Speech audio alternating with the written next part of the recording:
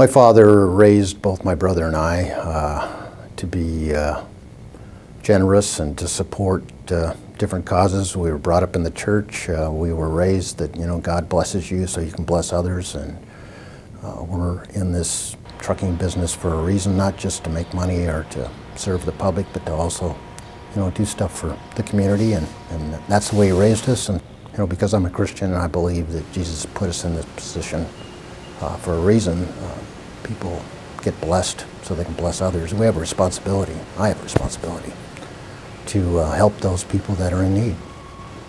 It's the reason I'm in Rotary. I think if Jesus were alive today and he was in business, he'd be in Rotary, because Rotary does the stuff that Jesus told us to do. I mean, to help, you know, the widows and the orphans, and to reach out to people that are in need.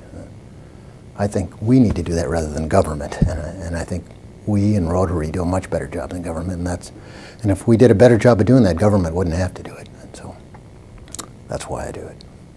That's why we do it.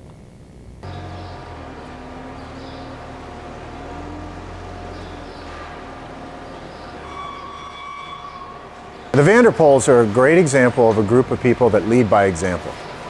So they establish a relationship with the organization, and then they look to other people, peers in the industry that they work with, to follow them.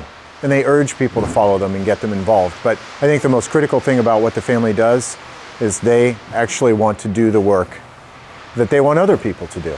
You know, it's a classic example of Rotary with who do you respect in the community and what are they doing, and you follow what they're doing. They've been really good to work with and coordinate, and for us, you know, there's the logistics of using the bins and returning the bins is complex, and they've been really easy to deal with. And obviously you can tell that Oak Harbor Trucking has really got a passion for this, and it's contagious, and the people that they work with, it definitely inspires them to get involved.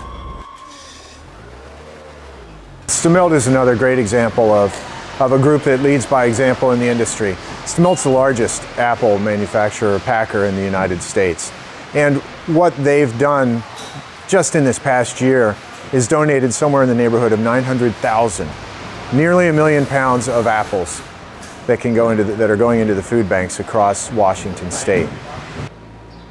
Stemilt's relationship with Rotary First Harvest is really something that we hope grows, not just with Stemilt, but with other companies in the produce industry around the state, and with other dairies and vegetable producers around the state. I mean, there's a huge need, and with just a little bit of help from a few of the producers around this state, we could really feed a lot of people. It just seems like the food banks in Washington should never run dry.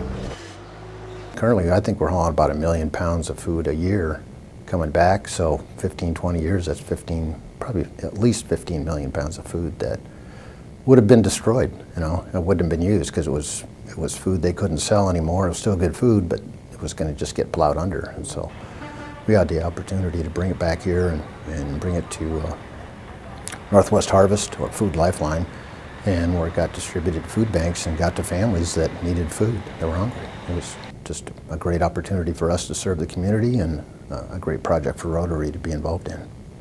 It's a wonderful project, it really is. I mean, for not a lot of money, we get a lot of food to hungry people.